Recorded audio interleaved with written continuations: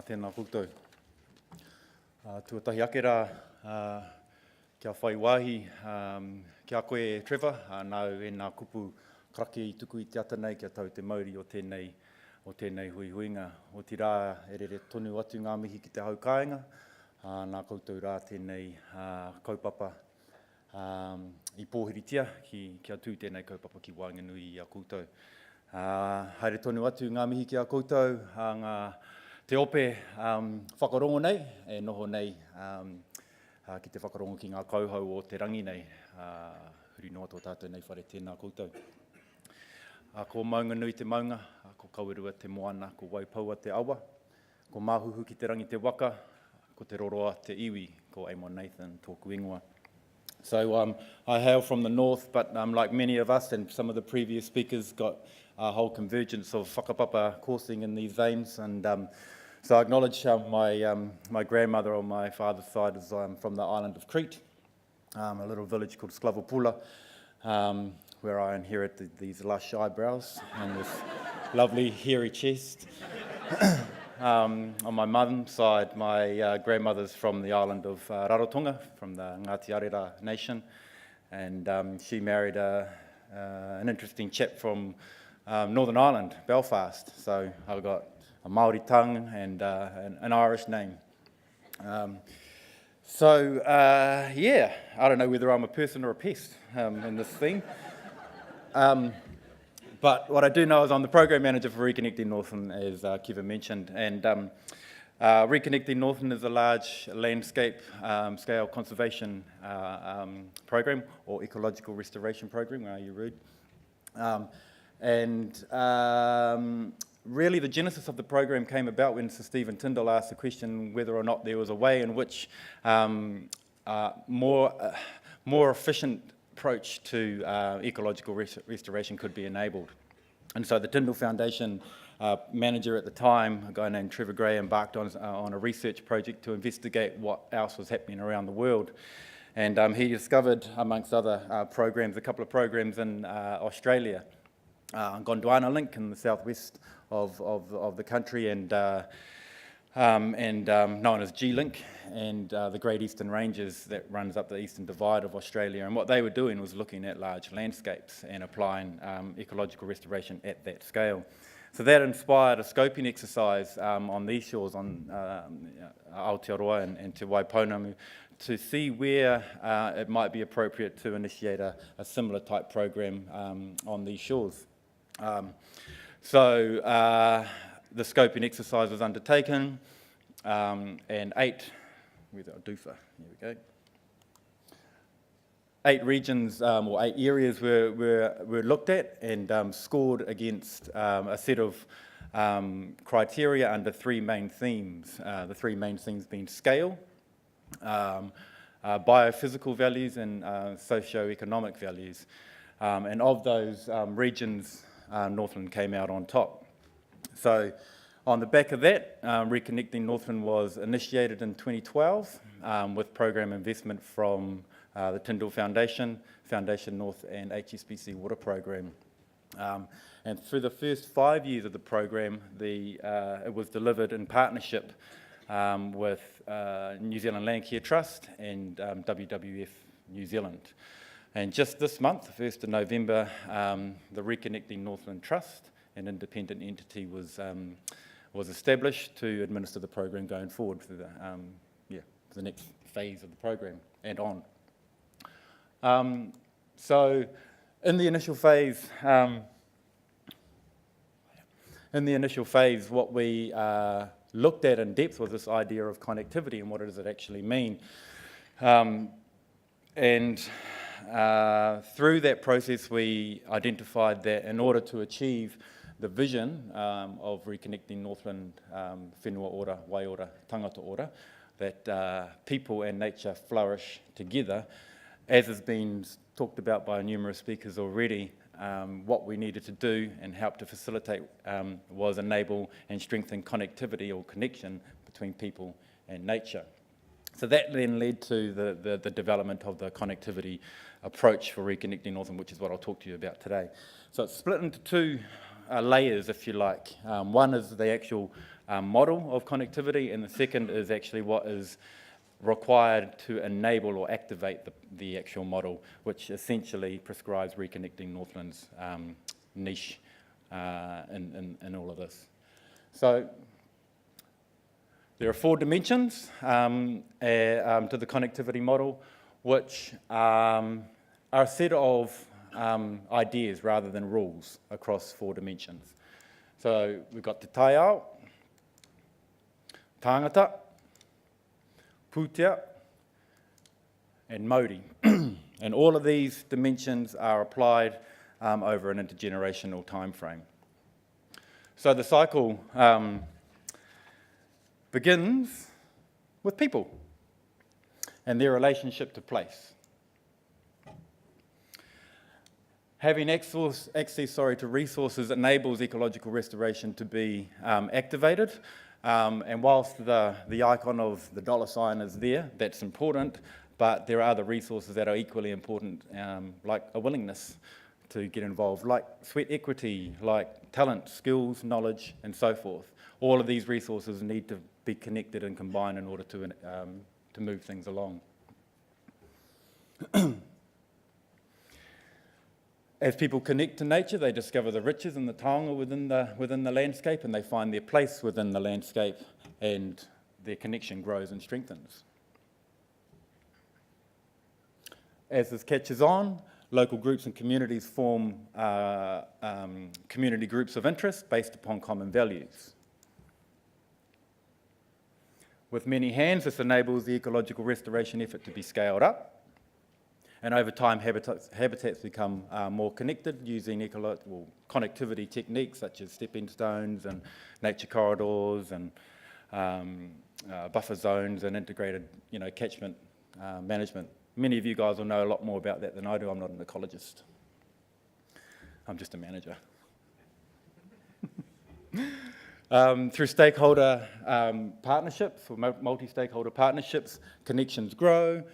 Stronger relationships are formed, existing resources become more aligned, and restricting boundaries can be overcome. When these boundaries are removed, indigenous and local knowledge can come to the fore and can be combined with research and science, fostering creativity and innovation and informing adaptive management practices. This leads to more effective ecological restoration and means money can go further. With more effective ecological restoration practices, core ecological areas increase, and connected habitats and ecosystems become more resilient, including our human habitats. And as community spirit and well-being grows through increasingly positive ecological and social outcomes, new knowledge is created, inspiring new ways of doing things, and new resources can be attracted into the fray.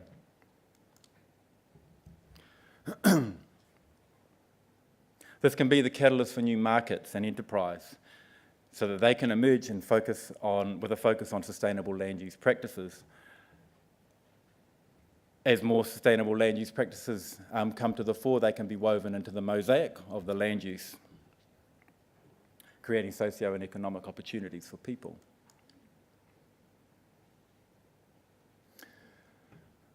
With people's changing behaviours, our values and relationships to the landscape become, to the natural world, becomes intergenerationally motivated, so we're looking longer term now, and ultimately lead to economic and social policy that accounts for these natural and human values. So, that's the basis of the Reconnecting Northland connectivity model. We call it our horrendogram. And there's a couple of us in our team, and it's essentially our job description to somehow enact that. So that kind of brings us to the second part, or brings me to the part of the second part of this kōrero, which is that the arrows indicated on that show what is required, or they represent rather an intervention that enables things to move from one stage to the next. And these are often the invisible but equally important tasks that are required to activate the model. And this is essentially what Reconnecting Northland's role is, to be an activator of an enabler of connectivity into taitokerau. So that created what we call the kete. It's not really working. Hang on, sorry, go back. Go back. Huh. It's a bit of a delay. There we go. We'll just start there. So what the kete is essentially is it's a suite of tools or ideas and enabling interventions that we can draw on to help enable and activate the model. Similar to ngā kete o te wānanga, as much as we can draw on the contents, if you like, of the kete, we equally have an obligation to replenish and restock the kete through our learnings and creativity. So, critical to the activation of it, as we've heard by numerous speakers, is values. What are the values of the communities? What are their intrinsic motivations? And how and in which way do these values and motivations relate to the landscape and the natural world? In some cases, it's not about killing possums or planting trees or erecting fences. It might more simply be about food sovereignty or protection of wāhi tapu and so forth. So if we can understand what those values are,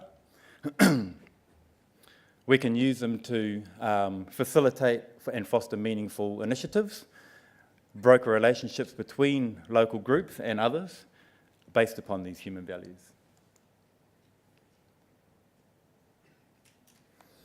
Through the process of connectivity action planning, we can help groups to identify strategic targets, threats to these targets, objectives and strategies to achieve these goals.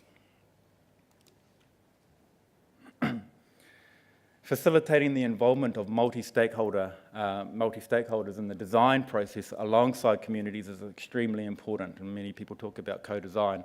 But this enables the identification and alignment upon these common goals, which as a result can result in things like research that's embedded within the community that answers the questions and aspirations and needs of those communities rather than questions that are conjured up in a lab or an institution that is devoid of the voice of the whenua.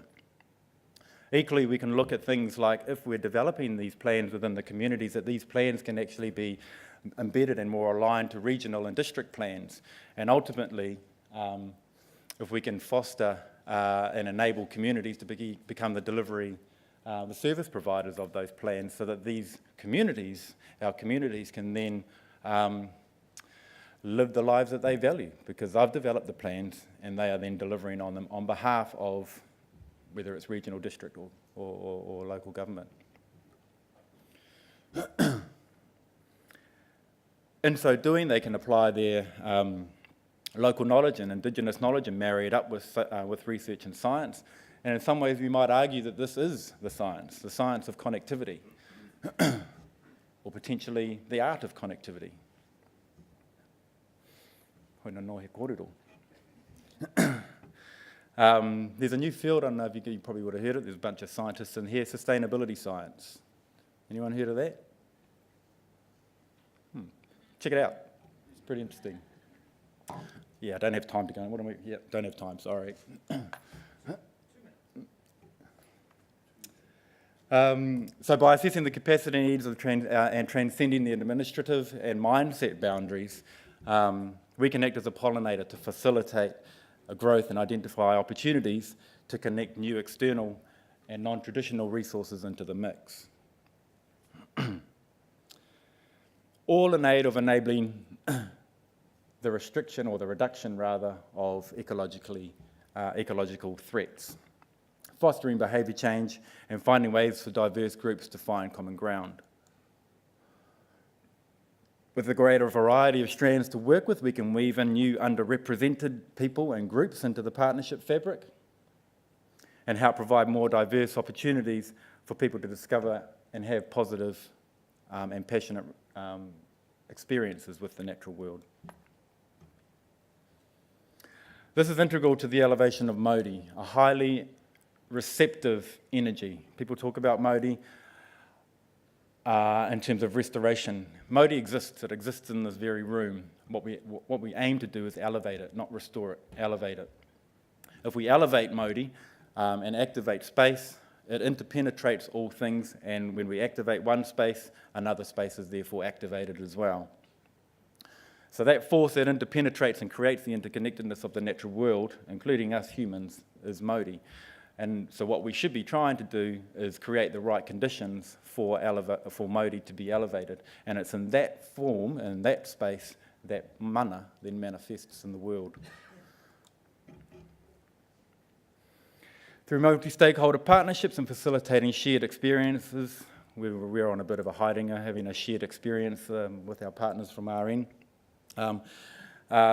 Initiatives we can enable opportunities for people to inspire each other, share new ideas, and then see people like all of us doing things, cool things. New ideas emerge from these experiences and innovation then flourishes.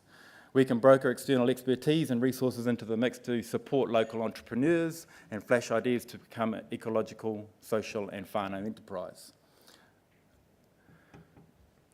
We can then promote this as an applied technique to scale up the efforts and achieve a large landscape of abundance, where non-protected, commercially productive and natural resources alongside public conservation and restoration areas can all flourish together as part of the mosaic. Over time, we can facilitate this and implement these techniques at a takiwā scale. And by learning and adapting, we can go further and find ways to change the markets and support a socio-ecologically based economy that enables people in the natural world to flourish together. And I note that the current government is interested in wellbeing economics and ecological economics as well. So that's a really interesting space that we're all working in at the moment. Well positioned. So in summary, what's RN about? It's about working in partnership with the community, obviously. That's the core of what we do, so that we can reinstate their values so that they become the basis upon which we act. Revitalising relationships between each other and the natural world. Reimagining the way that we be in the world. We are human beings, after all, not human doings. Redesigning our approach. Restoring the natural world, and through that, reawakening the spirit. Kia ora.